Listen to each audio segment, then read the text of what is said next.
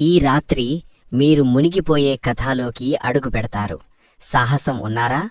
అయితే వాచ్ చేయడం ఆరంభించండి.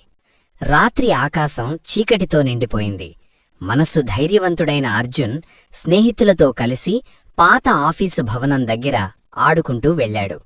భవనం బయటనుంచి చూడగానే భయంకరమైన శబ్దాలు గాలిలో విస్తరించాయి.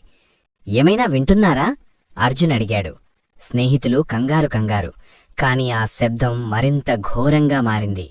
అతను అడుగులు ముందుకు పెట్టగానే రూంలోని ప్రతి మిర్రర్లో అతని ప్రతిబింబం వేరే దారిలో చిరునవ్వుతో చూస్తున్నట్లు కనిపించింది. అర్జున్ తల తిరిగాడు.